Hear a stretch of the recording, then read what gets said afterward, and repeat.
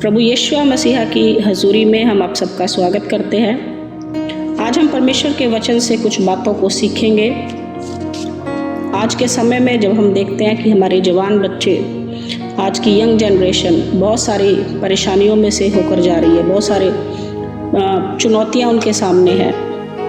आज के समय में उन लोग बहुत कुछ अपने दम पे करने का एक जुनून सवार होता है, लेकिन परमेश्वर का वचन क्या कहता है? सवोपदेशक की पुस्तक उसका 12 अध्याय उसके पहले वचन में लिखा है, हे जवान, अपने जवानी के दिनों में अपने सृजनहार को स्मरण रख।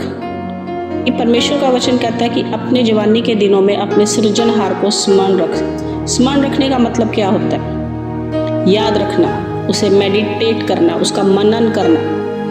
मतलब हमारी सोचों में, हमारे विचारों में, हमारी इमेजिनेशंस में सिर्फ परमेश्वर ही होने चाहिए।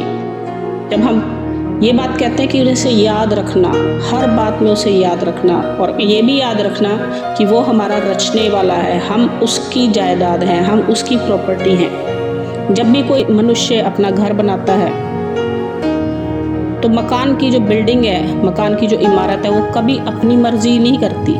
उसे पता है कि मेरा एक मालिक है जिसने मुझे बनाया है, और वो ही मुझे सजाएगा, वो ही डिसाइड करेगा कि मेरे घर के अंदर कौन सा सामान कहाँ रखना है, किचन में क्या रखना है, सोफ़ा कहाँ रखना है, डबल बेड कहाँ रखना है, दरवाजे कहाँ बनाने हैं। इसी तरह हमारा रचनेहारा परमेश्वर ही डिसाइड करता है, वो ही एक निर्णय लेता है कि हमें कहाँ नौकरी करनी है, हमें कहाँ शादी करनी है, हमें कहाँ घर बनाना है, हमें किससे मित्रता रखनी है। इसका निर्णय भी परमेश्वर खुद ही लेते हैं। इसलिए हमें इन बातों का ध्यान रखना है कि जब हम इस बात को पढ़ रहे हैं, जब इस बात को हम बोल रहे हैं कि अपने रचनाहार को याद रखो।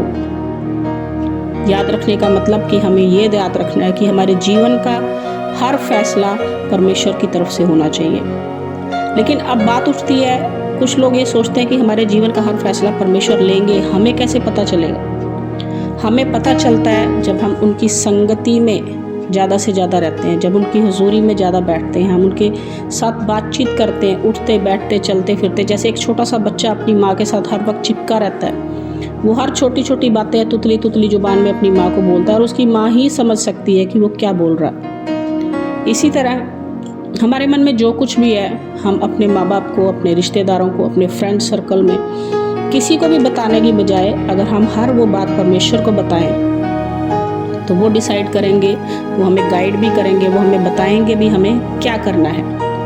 एक बाइबल में एक बड़ा अच्छा, एक सुंदर एग्जाम्पल दिया हुआ है, एक हमें नमूना दिया है। ये अय्यूब की किताब में, अय्यूब की किताब 29 अध्याय और उसके 4 वचन में लिखा है, वे तो मेरी जवानी के दिन थे जब परमेश्वर की मित्रता मेरे डेरे पर बनी रहती थी।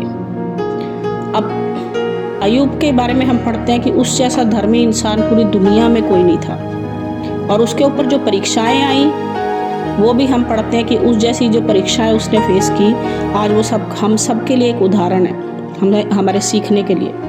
लेकिन उसने जो एक गवाही दी है कि वो मेरी जवानी के दिन थे जब परमेश्वर की मित्रता मेरे डेरे पे बनी रहती है। जवानी के दिन कब शुरू होते हैं? जब हम टीन्स एज में एंटर करते हैं, यानी कि हमारी 13 साल से 19 साल की उम्र में हम जवानी में प्रवेश कर जाते हैं। और इस छोटी सी उम्र से लेके जब हम आगे बढ़ना शुरू करते हैं और उसकी मित्रता में आगे बढ़ते हैं, जैसे अब्राहम परमेश्वर का मित्र कहलाया, आज यीशुआ ने भी हमें अपना मित्र कहा है। आज परमेश्वर इस बात का बड़ा अभिलाषी है, इस बात को बड़े दिल से चाहते हैं परमेश्वर कि मेरे बच्चे मुझसे मिले, मुझे पिता कह के पुकारे, मुझे अपना मित्र बनाए। इसलिए हमें इन बातों का ध्यान रखना है कि क्या हम अपनी जवानी के दिनों में अपने परमेश्वर को याद रख रहे हैं, या अपनी गर्लफ्रेंड को, या अपनी बॉयफ्रेंड को, या अपने करियर को, या अपनी नौकरी के पीछे भाग रहे हैं, या हम पैसा कमाने के पीछे भाग रहे हैं। ये सोचते हैं कि हम अपने दम पे जायदाद बनाएंगे, हम अपना कुछ करके दिखाएंगे। आज हमें फैसला करना है कि हम परमेश्वर को याद रखते हैं या दुनियावी मसलों को। सबको जय मसीह की।